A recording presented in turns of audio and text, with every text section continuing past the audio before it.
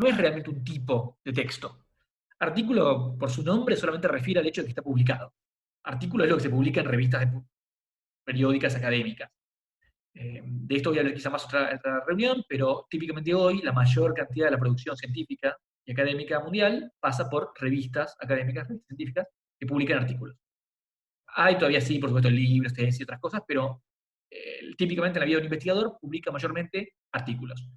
Entonces, es una parte importantísima del mundo académico, pero por otro lado, no es un género con características propias. No es algo que pueda. A veces un artículo puede ser ensayístico, a veces una revista se puede publicar algo de orden ensayístico. En fin, lo que yo voy a tratar de hacer es darle las características principales de lo que las investigaciones tienen normalmente, o los artículos de investigación tienen normalmente hoy en estas revistas. Generalmente un artículo lo que pretende es dar a conocer el resultado de la investigación. ¿Sí? Uno es un investigador, trabaja un tema por un periodo, no sé, por 6 meses, un año, lo que sea, y publica lo que investigó, lo que aprendió, las conclusiones a las que llegó. Entonces, el artículo es el medio para eso. Ese es su objetivo principal, dar a conocer. Ahora, para esto, en el mundo científico, en el mundo académico, sí hay reglas bastante más rigurosas, ¿sí? Se piden cosas más estrictas. Eh, perdón, comentario al margen, pero a veces van a escuchar este género nombrado, o este tipo, nombrado como paper, en inglés. A veces artículo, paper, lo llamamos indistintamente. Quieren decir lo mismo. Ok, entonces nos quiere delimitar esto. Yo acá voy a tratar de no pisar mucho, no quiero meterme en temas de mitología que ustedes van a aprender o ya tuvieron en otras materias, y no quiero ni contradecir ni adelantar temas que van a ver en otros profesores. Solamente tengan en cuenta que la estructura típica de una investigación, de un paper, un artículo, tiene que ver con la estructura típica de una investigación científica. Entonces, las partes que tenga, la idea de un tema planteado claramente, una hipótesis, un método que utilizar, la evidencia empírica para esto, eso va a seguir las reglas típicas metodológicas. Y eso es lo que va a constituir centralmente un paper. El paper sí es más o menos la estructura de una investigación que ustedes estudian en materias como metodología o método cuantitativo. Esa es la regla básica de estructuración. Ahora, también suelen tener esta lógica de introducción, desarrollo, conclusión. Normalmente un artículo sí aparece subdividido en secciones, eh, subtítulos diferentes en los que se parcializa el argumento. A veces no cumplen con la misma estructura completa, a veces no le ponen introducción a introducción, a veces no hay introducción ni atrás de la introducción al tema, pero más o menos en grandes rasgos es la secuencia argumental. Lo crucial en este tipo textual es, perdón, alguien pregunta ahí, ¿podría repetir las reglas para hacer un artículo? Todavía no dije grandes reglas, pero esencialmente lo que digo es que son reglas tomadas de o equivalentes a las de una investigación científica. O sea, son las mismas partes y los mismos pasos de una investigación. Es la metodología de investigación puesta por escrito. Cosas que sí son cruciales. Bueno, en una investigación, y por lo tanto en un artículo científico, evidentemente es crucial claramente dejar delimitada la metodología que se va a utilizar, es decir, qué estoy investigando y cómo lo voy a investigar, obviamente. Y también en este género se vuelve crucial, mucho más estricto que los anteriores, la citación.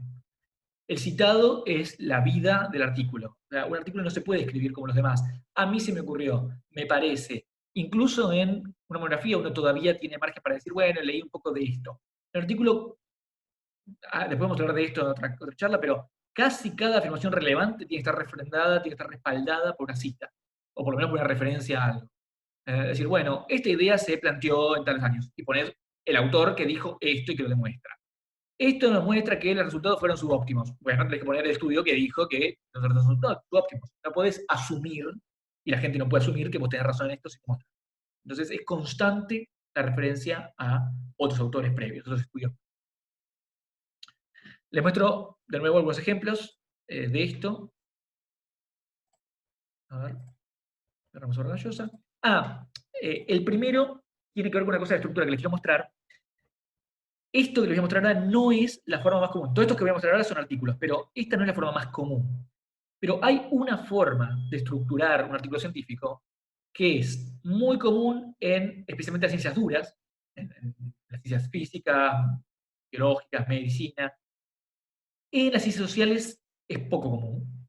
especialmente en Latinoamérica es muy poco común, pero hay algunos estudios que todavía se estructuran, o que no que todavía, que también se estructuran así, que es un método que se suele conocer como IMRAD o IMRID, que, vale, dejo de compartir esto y les cuento en dos palabras qué es el método, puede ser el ejemplo. Básicamente la lógica sería algo así.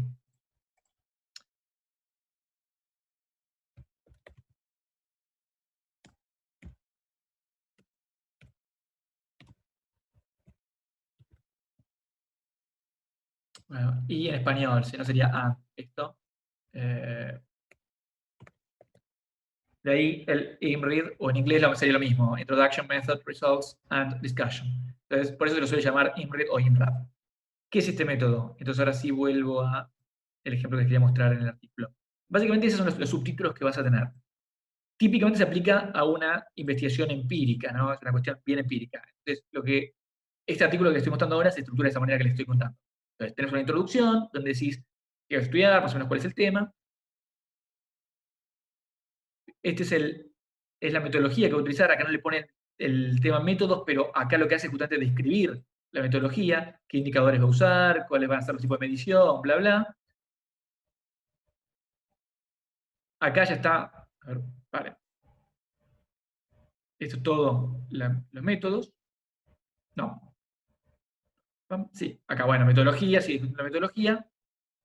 Acá empiezan los resultados. Entonces, después de haber dicho todo lo que vas a medir y cómo lo vas a medir, después de haber dicho, bueno, voy a usar tal indicador, porque esta teoría me avala, después voy a construirlo así, voy a medir acá, poner resultados, bueno, me dio esto. Con todo eso que yo les conté antes, me dio esto. Me dio que esto y todas estas tablas que estamos dando resultados. Y después de mostrar todos los resultados, viene la discusión, bueno, muchos resultados, la conclusión, a veces se llama discusión, a veces conclusión, donde lo que hacemos es decir, bueno, todos estos resultados me muestran que esto. Estas son las conclusiones que saqué, van a ser resultados. Entonces, esa es la estructura IMRID o IMRAD. Les cuento de qué voy a hablar, les digo cómo voy a medir, esto es lo que me dio la medición, discuto lo que me muestra ese resultado. Como les digo, no es un género muy habitual, no es un género, es una forma de estructura muy habitual en ciencias sociales, pero sepan que existe, pues lo van a ver alguna vez. Ahora vamos a algunos artículos que están estructurados de formas más, un poco más libres, pero como venía contándoles antes. Este es un artículo, por ejemplo, empírico. Ahora les voy a mostrar que eso también se cumple en otros teóricos, pero es un artículo empírico. Entonces, luchemos por el bosque. Coaliciones Estado-Sociedad en torno al proceso de formación de ley de bosques en Argentina. Tema también muy claro.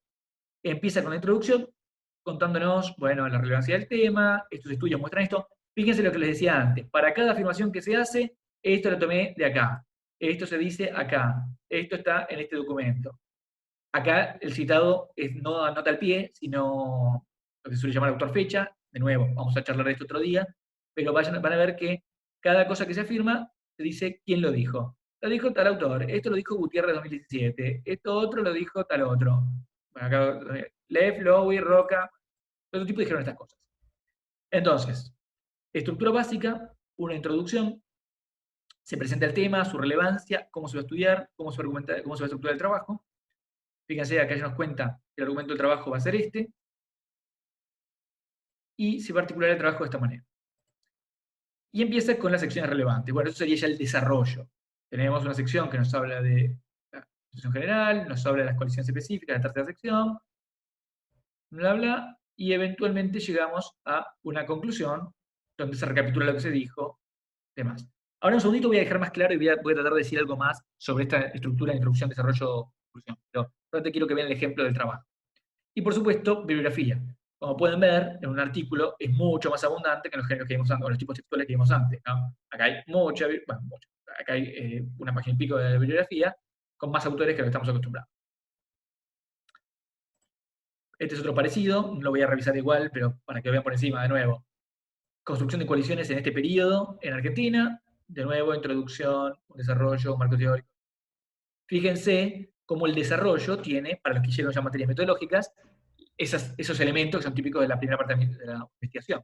Definir el marco teórico, qué metodología voy a usar, cómo voy a medir, el contexto, y ahí empezamos bueno, voy a medir esos indicadores y después vienen los datos.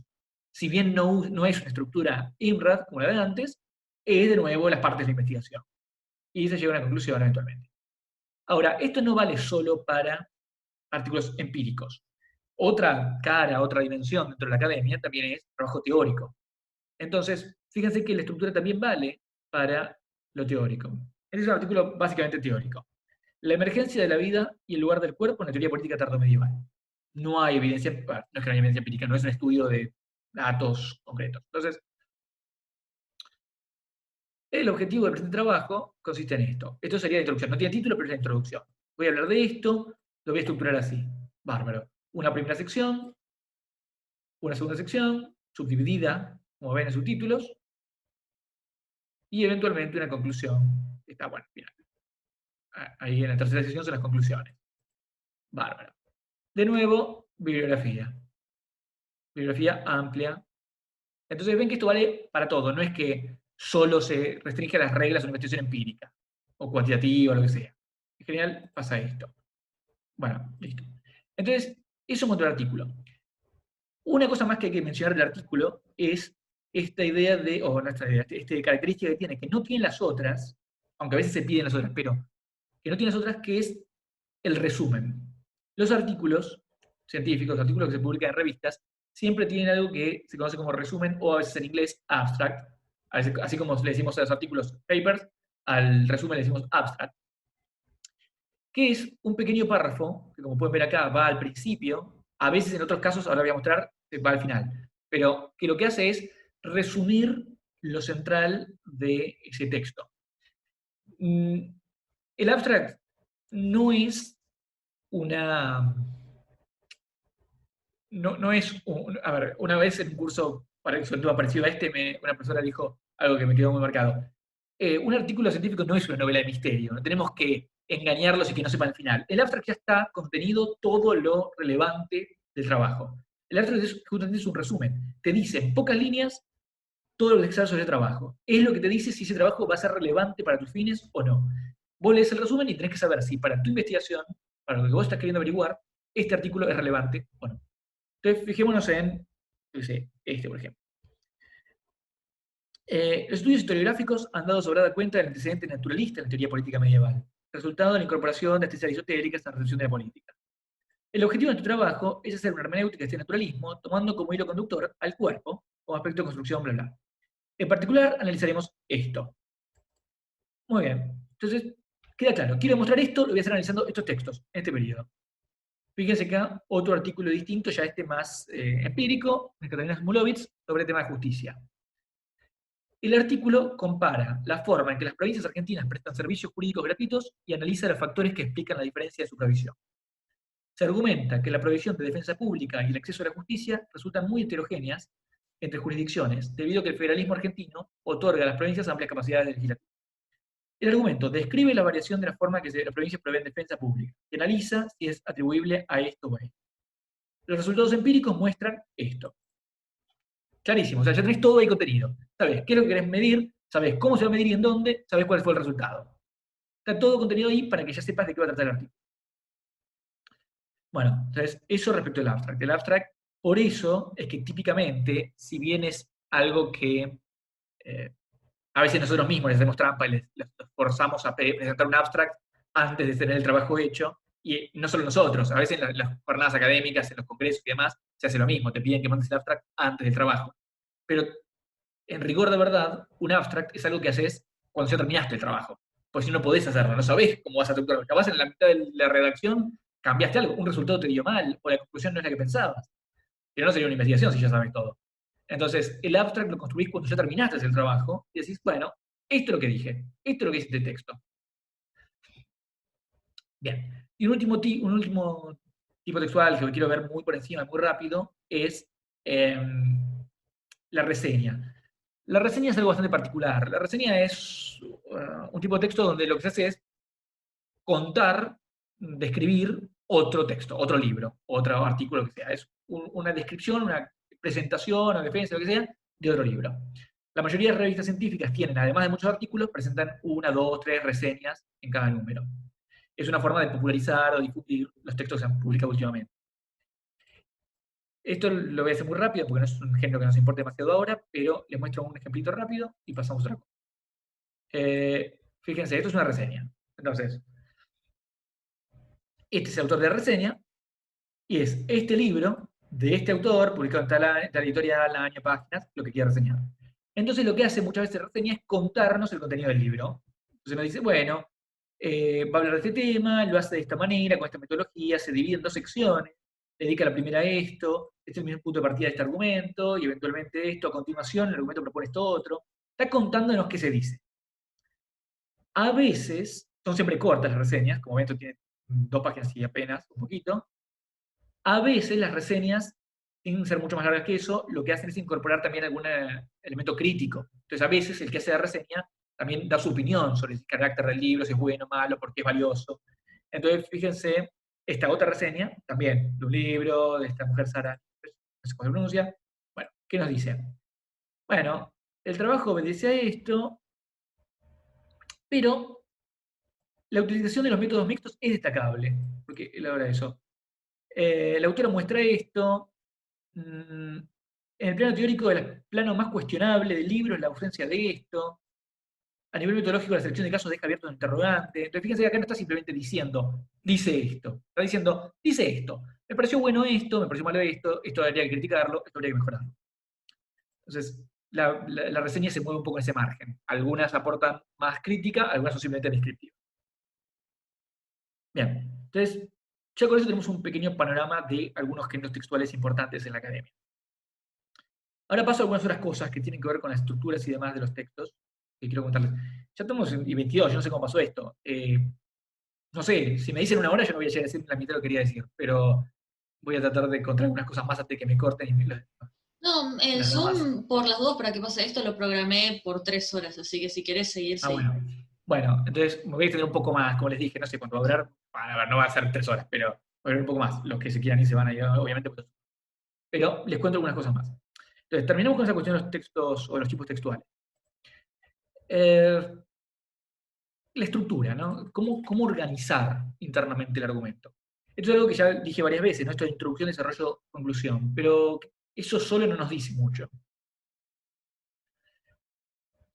Hay un consejo que se repite bastante, que está en la tradición retórica, que se le atribuye a muchas personas distintas, esto no importa de quién lo dijo, pero una forma de caracterizar, de explicar cómo tiene que armarse esto, que dice más o menos lo siguiente. Vos tenés que decir lo que vas a decir, decirlo, y después repetir lo que dijiste. Eso correspondería más o menos aproximadamente a introducción, desarrollo y conclusión. Esta no es la única forma, ¿sí? Esto no es una ley de hierro, no es que todo el mundo tiene que hacerlo así, pero es un buen método y muchos lo respetan. De ningún modo es universal, muchos no hacen esto, pero es algo que a mí me ha servido y me parece bastante práctico a la hora de estructurar el texto. La introducción y la conclusión no aportan cosas nuevas. ¿Sí? La introducción ya me cuenta lo que voy a decir en el desarrollo, ya me lo anticipa. En el desarrollo donde se da la cadena argumental central, y la conclusión repite o refuerza las conclusiones que ya se sacaron en el desarrollo, no inventa cosas. Fíjense, veámoslo un minuto en los textos que ya les mostré. Yo qué sé, fijémonos en este artículo. Bueno, voy a hablar de tema, ¿no? La formación es importante, porque siempre hay algún párrafo hablando de por qué es relevante el tema. Entonces, hasta ahora se contribuyó esto. En el caso argentino pasó esto. Entonces, las coaliciones tienen diferentes características. Este trabajo busca aportar esto. Ya en la introducción, si bien es técnicamente parte del marco teórico, la hipótesis, ya en la introducción me dice, mira, lo que voy a querer demostrar es concretamente esto. Y lo voy a hacer midiendo esto. Planeo testar esta relación en los años tanto, tomando estos casos de estas provincias en el multinivel. Ya me lo dice en la introducción eso. Y la introducción muchas veces termina, de nuevo, no siempre pasa, pero muchas veces termina, describiendo el orden del resto del trabajo. Fíjense acá. El artículo se organiza de esta manera. En primer lugar, desarrollo algunos supuestos teóricos. En segundo lugar, eso es una segunda o tercera sección, preciso detalles sobre el marco legal argentino. Luego, describo el universo del análisis, especifico y explico. Finalmente, conclusiones. O sea, ya me está diciendo, el último párrafo de la introducción suele ser, o muchas veces es, cómo va a ir el resto del trabajo. En esta sección esto, en esta sección esto, en esta sección esto. Mi argumento va a ser así. Después, por supuesto, viene el desarrollo donde uno plantea el argumento, y en la conclusión se repite. El objetivo de este trabajo se centró en explorar esto. Tal como indiqué, forma parte de un proyecto de esto. En ese sentido, es posible esto. Bueno, los hallazgos fueron estos. Esto que les conté, bla, bla, bla, bla. Entonces, acá lo que estoy diciendo es lo mismo que ya dije en desarrollo. No estoy diciendo, bueno, y además me parece, como ya les mostré, esto pasó, esto pasó, esto pasó. Y una cosa que se suele, que a veces se pone, no es necesaria para nada, pero una cosa que muchas veces se pone en las conclusiones es dejar abierta la agenda, es decir, qué otras investigaciones podrían subsiguientemente realizarse en base a lo que ya dijimos. La ciencia siempre es una operación, una empresa cooperativa. Uno no inventa todo. Entonces, bueno, dije esto. A partir de acá se podría investigar estas cosas. Y capaz viene otro tipo, investiga esas cosas. Y después se abren más interrogantes. Entonces muchas veces se termina planteando esto, ¿qué todavía no se demostró? ¿Qué falta hacer? De nuevo, esto mismo se puede ver en trabajos teóricos. A ver si en este es el que yo, como ya le decía, es el de la teoría del cuerpo en la teoría política medieval. Y fíjese que lo mismo, en la introducción, el objetivo es hacer esto. En primer lugar voy a presentar un marco para esto. Después, en un segundo lugar, voy a analizar estos dos tratados. Esto es la siguiente sección. Luego extraemos conclusiones. Fíjense que una introducción más corta, de nuevo, misma contenido en una estructura general. Bueno, suficiente con esos ejemplos, pero creo que más o menos queda claro el mensaje esto de cómo debería organizarse la cosa. La introducción pasa algo parecido con el abstract. Paradójicamente, con la introducción, lo ideal sería escribirla cuando ya terminamos el texto. Si bien aparece al principio, si vos recién vas a saber exactamente cómo se va a articular el artículo y qué vas a demostrar cuando ya terminás. Entonces, muchas veces lo recomendable es escribir el contenido, el desarrollo, y recién después poner la introducción, donde puedes aclarar cómo vas a hacer las cosas. Bueno, eso en cuanto a esa idea de introducción, desarrollo, conclusión. Algunos otros consejos. Lo que viene ahora es bastante más disperso, no voy a seguir una secuencia argumental muy clara, no es que esto concatena con lo siguiente que voy a decir, pero quería comentarles algunos consejos, algunas cuestiones que son relevantes para la redacción académica y que muchas veces no se tienen en cuenta. Esos son problemas muy comunes que les puede llegar a servir tener claro. Primer punto. Bueno, parece estúpido, pero hay que tener en claro el objetivo del texto. ¿Por qué? O sea, tenés que saber de qué vas a hablar y para qué estás escribiendo. Porque si no, o mejor dicho, porque eso, el objetivo del texto, es lo que determina qué información va a ser relevante y qué no. Hay cosas que es pertinente incluir y hay cosas que no. Y no necesariamente sea mala información. Puede que haya buena información que, sin embargo, no corresponda a meterla acá. Les doy un par de ejemplos. Son ejemplos tontos que escribí yo nada más, pero así se me ocurrieron. Pero va a quedar claro lo que quiero decir. Fíjense. Imaginemos un texto cuyo objetivo es demostrar los efectos del cambio de las reglas electorales en la provincia X en el año 2005 sobre el sistema de partidos. O sea, hubo una reforma electoral, quiero mostrar en este texto cómo cambió eso, cómo afectó el sistema de partidos. Bueno, entonces, evidentemente va a ser relevante exponer el texto legal viejo y el nuevo, cómo cambió, exponer los resultados electorales en los años después de esa, mencionar las nuevas coaliciones que aparecen, si cambian, si aparecen o desaparecen partidos, cómo varía el número efectivo de partidos. Esas cosas tienen que ver con el objetivo del texto. Ahora, capaz es irrelevante considerar los sistemas electorales de otras provincias que están alrededor, o hablar del nivel de inseguridad en la provincia en ese periodo, o hablar de las actividades económicas en la provincia, no viene al caso. Si mi texto es sobre esto, yo no voy a empezar con la introducción hablando de, bueno, en la provincia X, la principal actividad económica es la extracción minera. No importa. Puede ser un buen dato, pero no importa. Entonces, tener claro qué es lo que quiero decir me determina qué incluir, qué no incluir. Acá otro ejemplo, este ya más teórico. Digamos que quiero comparar la definición de dos teóricos políticos del siglo XVIII del egoísmo y mostrar las consecuencias que sacan esas definiciones. Bueno, entonces, relevante exponer los textos donde definen el egoísmo, señalar cómo difieren o coinciden las definiciones, reproducir otros argumentos donde ellos se apoyan en su definición para sacar consecuencias. Bueno, todo eso es relevante. Ahora, tal vez no viene al caso hablar de la situación familiar de los autores, si la situación comercial de esos países en los que ellos escriben, hablar de todos los autores previos que tal vez habían hablado de algo parecido, que influyeron en esa idea.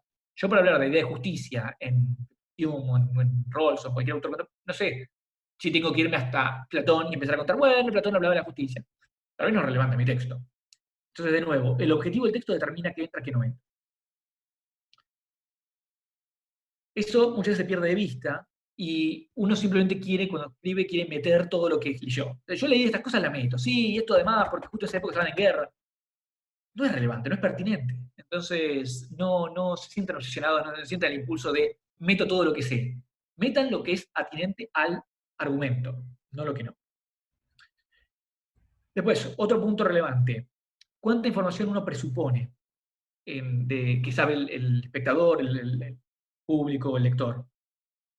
Esto es muy situacional, pero también es relevante a la hora de escribir el texto. Hay cosas que ustedes pueden darlas por sentado y otras que no. De nuevo, acá como los dos peligros paralelos, el SILA del Caribe dice acá son, o pongo demasiado, esto no era relevante, empiezo a meter cosas que no venían al caso y que no era necesario explicitar, porque ya las sabíamos todos, o me quedo corto. Asumo que todo el mundo ya conocía la teoría cuántica de la física y entonces, listo, partimos de esa base. Pero como les decía, esto varía mucho con el contexto. Les doy un ejemplo, hay un par de ejemplos acá. Tienen que escribir una monografía sobre el pensamiento jurídico de Cicerón. Bueno, entonces, no hace falta, por ejemplo, pueden omitir hacer un relato de la carrera política. Tal vez no es necesario contar, bueno, él tuvo el cargo de tal cosa. Bueno, eso démoslo por supuesto. Lo que me importa acá es lo que dijo sobre la ley en tal texto. Ahora, si un trabajo lo estamos escribiendo para un congreso sobre Cicerón, bueno, podés dar por supuesto que todo el público, el auditorio, sabe cuáles son las obras, en qué fecha se redactaron las obras, qué estaba pasando en ese momento. No hace falta ni siquiera que pongamos eso. En el otro texto anterior, la monografía, tal vez sí era pertinente. Ven cómo varía según el público. A un público experto, yo si voy a una conferencia no sé, física atómica, no voy a poner, bueno, un átomo es. Asumo que lo saben. Entonces, lo mismo. Otro ejemplo, más empírico. Una investigación sobre recetas económicas propuestas por el FMI a los estados latinoamericanos, no es necesario explicar qué es el FMI, cuándo se fundó, qué estados son miembros. Asumimos que sabemos. Partimos de la base que el público sabe que es el FMI. Pero de nuevo, aclaro que al final, depende mucho del público. Sí es conveniente mencionar todos los datos que son directamente relevantes al argumento, aunque sea al pasar. Entonces hay mucha estrategia que ustedes pueden usar o recursos que pueden usar para incluir esos datos. Por ejemplo, tal vez yo no voy a contar la vida entera de Cicerón, si quería hablar de la ley, pero pongo Cicerón y pongo entre paréntesis año de nacimiento, año de muerte. Ya está, no me llegó nada, no me desvié el argumento, pero incluí ese datito. O puedo poner nota al pie. Bueno, Cicerón en la ley dice esto. Bueno, pongo nota al pie. Recordemos que en ese momento él ocupaba el cargo de tal cosa y estaba amenazado por la revolución catilina. Entonces, hay diferentes formas de introducir esa información, pero la regla siempre es, si es directamente relevante, si es parte de lo que yo quiero decir y me cambia la percepción del argumento, meto. Si no, tal vez no meto. Bien. Otra cuestión más que quería contar. Esto es una obviedad, así lo podemos pasar rápido, pero, a ver, vale la pena mencionarlo. Los textos académicos, el ensayo un poquito menos, como vimos, pero los textos académicos manejan un registro formal. ¿Sí? Se tiene que evitar la jerga, expresiones coloquiales. A ver, hay obviedades. Ninguno de ustedes va a empezar un artículo, una monografía diciendo, bueno, el tipo, no sé, se levantó un día tarde, pintó ira. No, nadie va a poner eso. Pero hay veces donde cuesta adaptarse a un lenguaje formal. Pongo un par de ejemplos acá tontos, pero que son reales, o sea, son verosímiles al menos. Esto podría pasar en un texto académico o un mal texto académico. Alguien podría decir, en una respuesta a una tarea, por ejemplo, una asignatura. Un ejemplo que se me ocurre para mostrar esto, bueno, es preferible algo más formal como un caso que ilustra el mecanismo descrito. Fíjate, se me ocurre, no parece un término demasiado convincente en un argumento científico. Entonces, un caso ilustra. Sí, obvio que se me ocurre a mí, pero bueno. Otro ejemplo, no se sabe qué pasó, pero se dice que preferiblemente yo lo pondría como, no hay suficiente evidencia disponible para describir claramente lo sucedido. Sin embargo, algunos testimonios publicados en los medios periodísticos afirmaron, y acá algo mucho más básico, da lo mismo que, versus resulta indistinto que. ¿Qué quiero mostrar con estos ejemplos? Parecen cosas tontas, pero son varias cosas distintas. Por un lado, los términos, indudablemente, van a variar un poco. Hay partículas o palabras básicas que van a estar de todos modos, pero hay ciertas expresiones, de nuevo, bien personales, coloquiales, opinativas, que no van a aparecer. Va a haber términos más precisos. La formalidad exige cierta precisión terminológica. No da lo mismo usar cualquier palabra. No da lo mismo decir la norma que la ley, el decreto, que no son lo mismo. Hay que tener claro cómo usamos el término. O decir, bueno, como consecuencia de esto, es decir, y después pasó esto. Hay una causalidad ahí. Entonces, hay que tener cuidado con qué términos utilizan. Hay algo de precisión. Y segundo, además, la formalidad suele implicar una cierta riqueza léxica en cuanto a vocabulario y también en cuanto a estructuras sintácticas mayor. O sea, por ejemplo, esta oración que viene acá no es solo que usé, entre comillas, palabras más difíciles o más técnicas.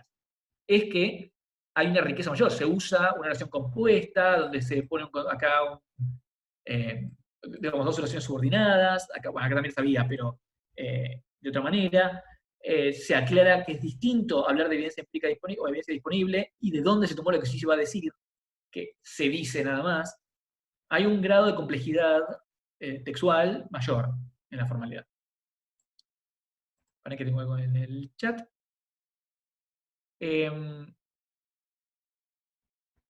Pregunta.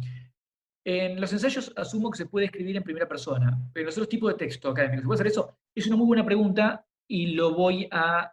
pensaba abordar eso la charla que viene, la semana que viene, pero para no dejarte sin respuesta, en todos se puede escribir en primera persona.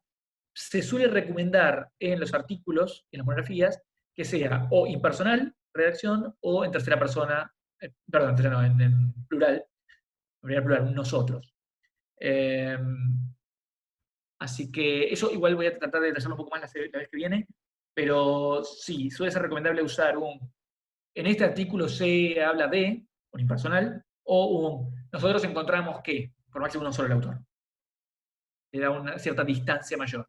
Igual, últimamente se está estilando más la primera persona singular, de eso, insisto, vamos a ver la próxima. Bueno, entonces, esto en cuanto a la formalidad e informalidad. Evidentemente la formalidad también suele excluir la cosa más subjetiva. Entonces, la que es formal, uno no pone sus opiniones, sus sentimientos. Si bien eso se puede decir formalmente, tiende a excluirlo. Bueno, y un temita que sí quería mencionar, creo que es lo último que quería decir, sí, lo último que quería decir, pero que me parece bastante relevante, es esto de la opinión personal y la valoración. Digo una cosa y después vemos los ejemplos, pero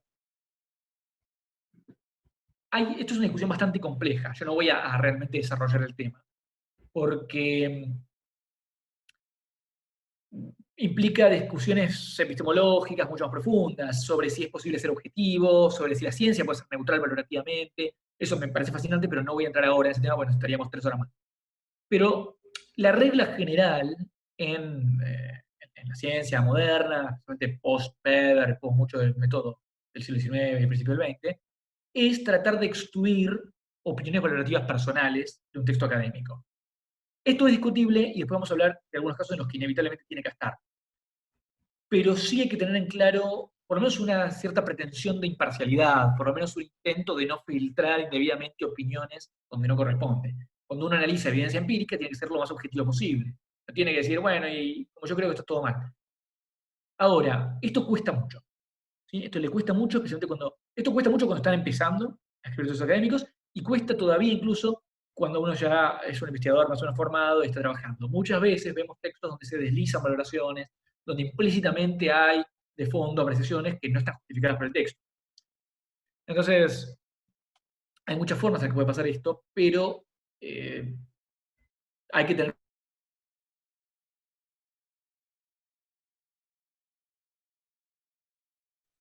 una forma muy básica en la que puede pasar esto. Les muestro. Una forma muy básica es esto. Sencillamente adjetivar. Adjetivación emotivamente cargada. Es obvio que no puede escribir un texto sin adjetivos de ningún tipo. Claro que va a haber adjetivos. Pero hay que evitar adjetivos que impliquen valoraciones no justificadas por el argumento. Entonces, por ejemplo, si yo empiezo en un texto que digo el gobierno corrupto de X, bueno, a menos que sea un texto sobre corrupción, y he demostrado cada vez que hay corrupción, esto no correspondía acá. Puede ser mi opinión, pero si no lo he demostrado o no está demostrado por otro autor, no corresponde. La administración implementó políticas económicas desastrosas para el pueblo. Bueno, a menos que sea un artículo económico, hablando de cómo fue desastrosa en qué sentido, no podemos asumir. Esto lo que es muy importante no dar por sentado que el lector comparte mi opinión. Sí, capaz a otro no le parecieron desastrosas. ¿Qué quiere decir que sean desastrosas? O, más burdo todavía, el candidato Z afirmó descaradamente frente a las cámaras que, bueno, ella literalmente es un ataque personal, o la represión salvaje que ordenó el jefe de policía. Bueno, ¿fue salvaje o no fue salvaje? ¿Por qué fue salvaje? ¿A qué me estoy refiriendo? ¿Es una evidencia o digo yo? Entonces, cuidado con estas adjetivaciones que permean de valor donde a priori no está justificado. Pero hay formas más sutiles de esto, ¿sí? No siempre es tan burdo como, bueno, y esto claro que son todos los corruptos, o los ladrones, o los malos, o los fachos, o lo que sea, no sé. Eh, Hay veces donde no se usa de esta manera, pero va implícito en una valoración, en algún punto de argumento, que no se desprende de lo que se ha demostrado, la evidencia que se ofreció, ni el argumento mismo. Pongo algunos ejemplos acá. Un gobierno como este, preocupado por el bienestar del pueblo y que se opone a los intereses oligárquicos, exhibe una estructura ministerial que, si mi interés es, si mi trabajo en el texto era hablar de la ley de ministerios y de cómo se estructura los ministerios, el organigrama estatal, no sé si he demostrado ni que corresponde que yo opine sobre si el gobierno está preocupado por el bienestar del pueblo o no. No lo sé, no lo demostré. Yo qué sé qué piensa el gobernante. No tengo línea directa, entonces no sé. Pero, evidentemente, es una versión positiva. Estoy diciendo que es un buen gobierno porque es popular y no oligárquico. Entonces, fíjense cómo en esta información ya tenemos una versión implícita. Como es sabido, esta medida económica atenta contra los derechos de las minorías étnicas. ¿Es sabido? ¿Está demostrado esto? ¿O te parece a vos que esta ley o esta medida atenta contra las minorías étnicas? Salvo que el texto sea sobre esto y lo hayas demostrado, no sé si corresponde a decir estas leyes son todas malas, siempre lo hemos sabido. O las consecuencias de la política habitacional, que se ha analizado en el curso de trabajo, no pueden ser aceptadas en una sociedad democrática. ¿Por qué? Yo lo único que demostré es, esta es una consecuencia de esta política. Miren, pasó esto. Si pueden no ser aceptadas, si es democrático o no es democrático, no está en el argumento. Es una precisión personal del autor y no correspondía ahí. Así que fíjense cómo de estas formas, quizá un poquito más discretas, pero sigue estando presente la valoración donde no iba. Ahora, como yo decía, hay casos donde sí corresponde. Hay casos donde es pertinente hablar o introducir originalidad o subjetividad del propio autor.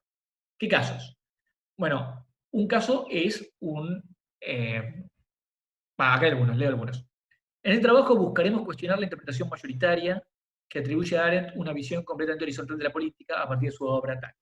Acá lo que estoy haciendo es discutir una opinión previa, establecida en la literatura. Entonces, claro que es subjetiva, es mi originalidad. Yo soy el que propone una identificación nueva, una interpretación nueva. Yo creo que esto es así, contra la mayoría pensaba esto. Pero no es me parece a mí, creo, siento. Es voy a tratar de demostrarlo a partir del análisis textual. Otro ejemplo. A partir de los resultados expuestos hasta aquí, se puede afirmar que las políticas ambientales aplicadas por el Estado Nacional en la región X no han sido eficaces. Se propone entonces una revisión de los mecanismos utilizados y el diseño de un sistema que es otra forma de introducir originalidad o subjetividad. El artículo claramente demuestra cierta cantidad de cosas, a priori pretendidamente neutrales. Esta es la evidencia. Ahora, una vez que demostré eso, yo como autor propongo algo más. Sé que la propuesta es mi propia subjetividad, pero no es que es una conclusión obvia de lo que dije. Es mi propuesta a partir de esta evidencia que presenté. Se podría aceptar la evidencia y rechazar la propuesta. Eso sí es legítimo en trabajo de investigación, proponer algo más a las conclusiones a las que llegaron. Siempre que esté claramente delimitado, así que quede claro qué es la propuesta y es la evidencia. Otra versión más. En el curso de este artículo se pretende defender una concepción deliberativa de la democracia, signada por su potencial epistémico. En esta perspectiva, evita muchos de los defectos que aquejan otras perspectivas liberales de la democracia y ofrece una motivación racional para adherir al sistema. En este caso, lo que estamos haciendo es un trabajo de teoría normativa. Es un trabajo que ya por su propia naturaleza pretende discutir cuestiones valorativas, pero lo declara desde el principio y es claro que los términos que usan van a ser argumentados, no va a ser, y a mí me parece que esto es lo bueno porque me gusta, va a ser, voy a tratar de demostrarlo con un argumento lógico. Es superior por esto, otras teorías han perdido de vista esto. Y está claro que un trabajo en teoría normativa va a ser normativo porque va a ser valorativo. Bien. No sé si eso eran más o menos las grandes cosas que quería decir hoy. No sé si alguien quiere hacer una pregunta ahora o que repita algo o no se entendió algo.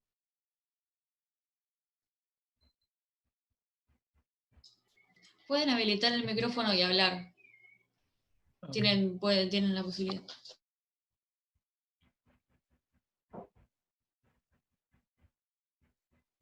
Bueno, si nadie quiere decir nada más, podemos dejar hoy por acá.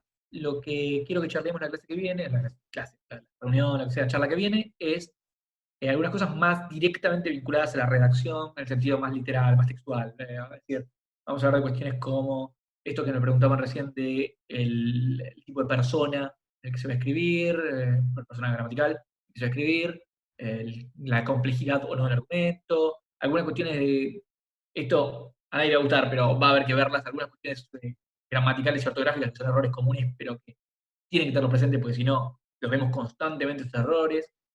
Bueno, cuestiones sobre términos, utilizar recursos lingüísticos para usar cohesión al texto. Eso ya más metidos en el texto, no en la estructura general, sino en la literalidad. Quiero que veamos la semana. Así que eso. Ah, sí, me pregunta Verónica si podemos al final sugerir bibliografía. Sí, seguro, hay miles, ahora no tengo mano, pero después puedo pasar y lo podemos subir, o digo yo. Hay cientos, miles de manuales de redacción académica, sobre cómo hacer tesis, sobre cómo hacer trabajos. Les puedo recomendar 2 o 3, pero, o 5 o 10. Sepan que hay millones, están disponibles por todos lados. Eso sí, tengan en claro que no todos van a tener las mismas definiciones y por tanto van a encontrar mucho esta variación desde el principio. Algunos van a dar ciertas definiciones de cada texto, algunos van a recomendar ciertas cosas, otros no. Hay mucha variación, pero, y después les comento algunos que pueden. Bueno, entonces, si les interesa, ojalá nos veamos la semana que viene con estas cuestiones textuales, y después la última para cuestiones de citado y publicación y demás, que es la última pata, si quieren, del argumento. Bueno, gracias por venir. Nos Bueno, vemos la muy próxima. bien, gracias. Muchas gracias, Mauro. Acuérdense que el link no es el mismo, les vamos a mandar de vuelta otro link a una nueva reunión. Y lo del tema de la bibliografía, cuando terminen los 3 encuentros, les mandamos por mail toda la bibliografía que teníamos pensado. Dale, Buenísimo. genial. Muchas gracias. Muchas gracias, Mauro. Gracias. Gracias. Gracias. Chao, gracias. Chao, gracias. Gracias.